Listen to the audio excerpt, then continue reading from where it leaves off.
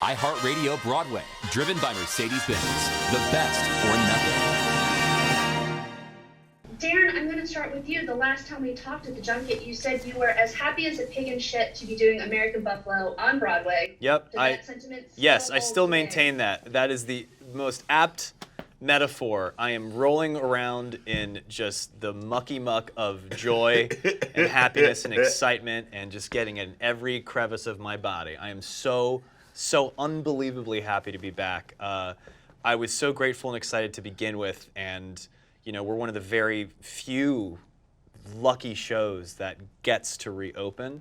It's a small play, one set, 3 guys. It's a well-known play with some well-known gents next to me. So, we had a very fortunate advantage to come back, and I'm just so obscenely grateful for that. So, yeah, adding that to the excitement I had 2 years has just augmented my euphoria to like an unfathomable degree. I'm so happy to be here. What he said, exactly. Yeah, exactly. I second. It's a dream. I mean, we were so excited when we were doing it 2 years ago, and when we hit the pause button, we weren't sure how long that pause was going to go on. We continued rehearsing a little bit online, and then when it ended up being 2 years, we were just sort of eagerly awaiting the chance to get back in the room. So it's been a thrill to be back with these extraordinary actors. It's one of my favorite plays ever. So the dream of working on this great play with my friend and David Mamet, and he's been a mentor of mine for many years.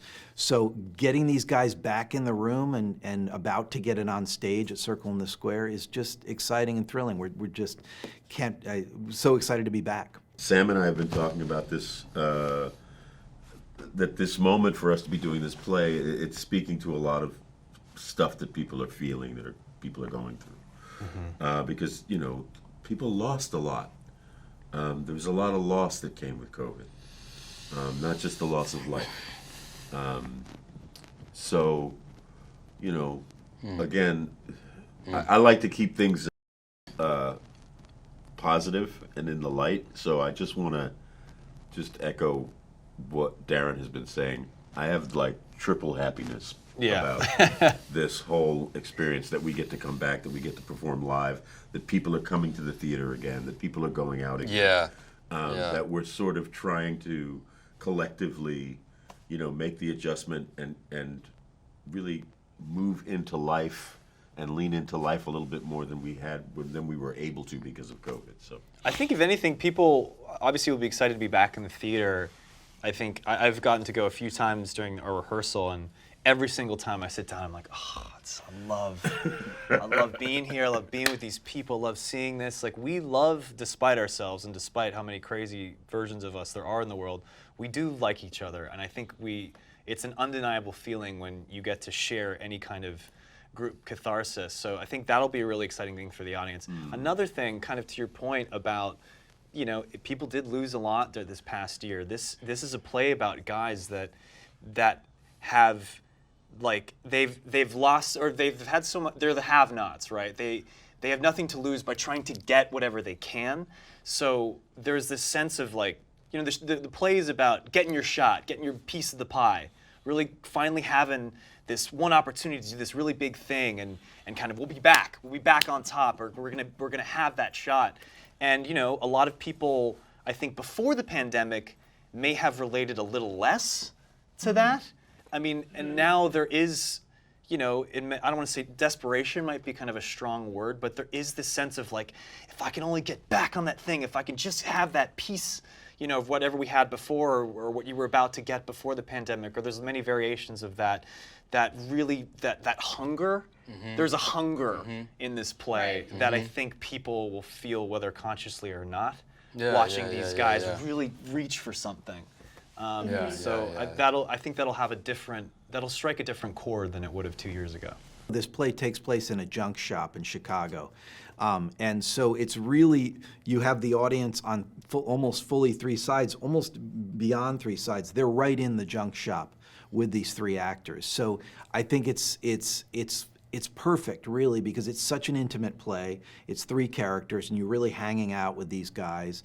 And to have the chance to be in this world with Laurence Fishburne, Sam Rockwell, and Darren Criss is just exciting. And Scott Pask has put together a beautiful set. So I think it's a great way to do it, to really feel like you're in it. And like you say, the character is the audience is another character in the play. So have the audience so close and so involved will be thrilling.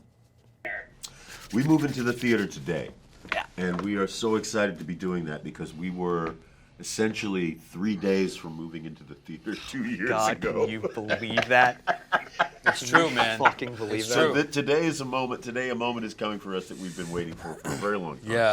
Yeah. And yes, the circle in the square space, very intimate. Almost people will kind of be in the room. Darren has described it as people will be in the junk shop with us, and it's exciting. I mean, it's just a very exciting situation, and we're all just crazy grateful just to be here.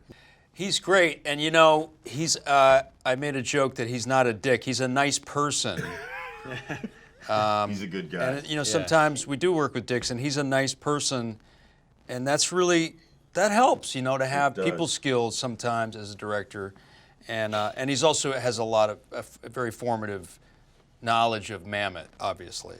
So he's directed Speed the Plow and American Buffalo. So it's great. Neil's great. I call him the Mamet Whisperer. Yeah. He has a bit of an inside, job with David Mamet that, we're lucky that we live in a time where that's possible. When people do this play 50 years from now, 100 years from now, they don't get to say, oh yeah, I just talked to Mamet, and here's some information, Here's Right. here's what you need to know. Yeah.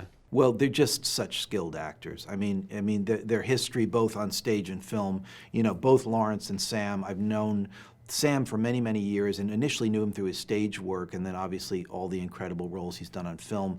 Laurence, starting with Apocalypse Now, through so many incredible films.